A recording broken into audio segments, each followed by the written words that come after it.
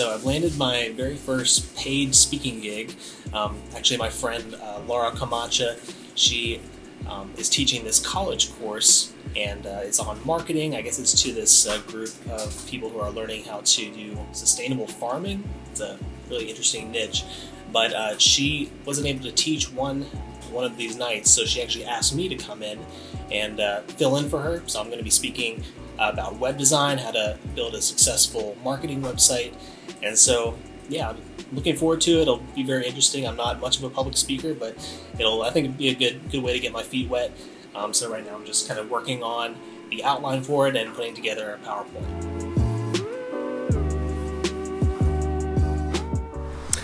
All right, I'm here at the College of Charleston, North Charleston campus. So I'm going to meet Laura. She's going to show me the room ahead of time.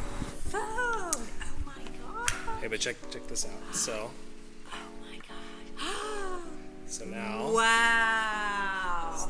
It moves with you. It just follows you once you zoom in on you. Yeah, that's why I like Oh my gosh, that's amazing. All right, let's go upstairs. Sounds good. Thank you. These are two of your students. Awesome. So how are you doing today? I'm doing pretty good. Yeah, spent a lot of the day just kind of preparing. That's too much. No, it's okay. Well, it's my first paid speaking gig, so gotta do a good job. First of many. Okay. Awesome. Hello. Hello. How are you?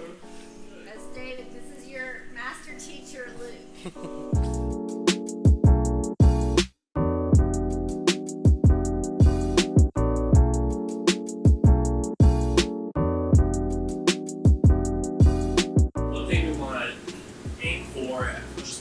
Is something called progressive disclosure.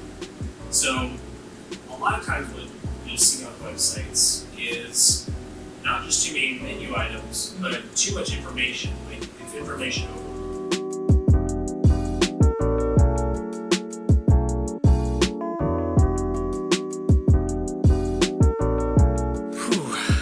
Well, I think it went pretty well.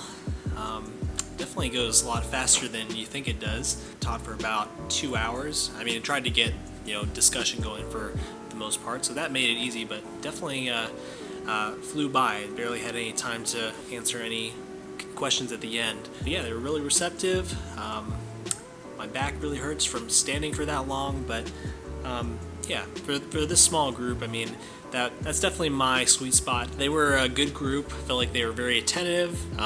Very open to discussion.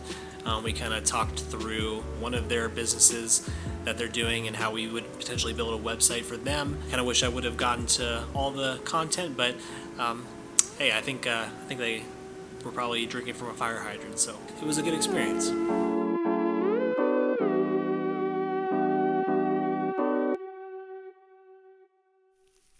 Look at that, $100. Yikes, my desk is a mess. Well, part of it's because I just got the DJI Osmo 3 gimbal, and actually it's funny because when I first walked into the college the other evening, the security guard, he actually immediately recognized it. He's like, "Is that the Osmo 3?" And so we had a good conversation about that. So it's been working out pretty well, although when I was showing it to him, the darn gimbal wasn't even holding the camera upright, and it was actually just because of this external cable was kind of pulling it down. But I promise it's actually a really good product. I should probably get DJI to sponsor this video. Anyway, I just want to share a few pointers on how I got this first paid speaking gig. Now, I just want to be clear that honestly, speaking and public speaking is not really my main gift. It's not really something that I'm really striving after, but for many of you, I know that that's something you really would love to do. So I hope some of these tips will help you. Now, I know what some of you are thinking. Some of you are saying, oh, $100, that's nothing. Or, you just spoke to a few people. That's not a real speaking gig. But I would just challenge that to say that you have to start somewhere. Everyone starts somewhere at the bottom, and you have to work your way up. You can't expect your very first speaking gig to be a TED Talk.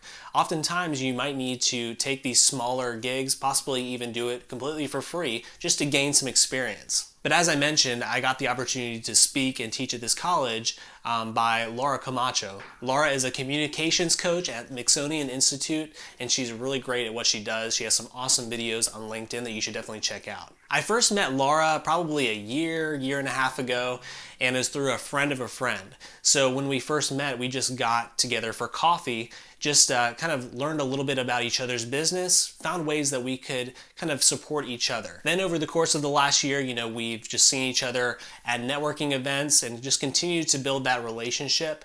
And actually just a month or two ago, I actually got together with her again for coffee because I wanted to pick her brain about a few things.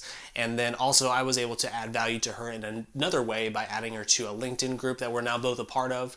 But the point I'm trying to make with this is that it's really all about who you know. I think we all know this, but it really starts by building relationships with people. Over time, Laura has come to know, like, and trust me, and so when this opportunity came up, I was the first person she thought of. And let's face it, there's plenty of web designers that she could have reached out to teach this class, but she reached out to me because we built this relationship. Another really important factor in her asking me to do this is because of the videos that I've been putting out. There's no better way to build trust with people and get people to understand your personality and understand your expertise than through video. What's interesting to me is that I don't consider myself a good public speaker at all, but I've developed enough confidence on camera and people have approached me and say that, oh, you seem so confident on there. Now, I don't want to say that you can use the camera to fool people, but in a way you can. You can show people confidence that you may not necessarily have in person, but because you're in front of the camera, you have that opportunity to build that over time. Now, if you're trying to get speaking engagements, it would be ideal to have a professional speaking reel of you speaking on a big stage, but for many people, that's not realistic. Obviously, if you've never spoken on a big stage, you're not going to have footage of that. But a simple way that you can build trust with people and demonstrate your knowledge is on camera. Post your videos on YouTube, post them on LinkedIn, and if you do this consistently, you will start to become front of mind, and I believe that was the case here with Laura. So I would love to know how many of you have this desire to speak more and to get these paid speaking gigs. Comment below to let me know. Also, this is by no means an exhaustive list of tips, so if you have any additional tips of what you've learned along the way about how to get speaking engagements, please mention that in the comments below as well. If you found this helpful, please like the video and subscribe to get more tips like this in the future. Thanks a lot for watching and enjoy the entrepreneur life.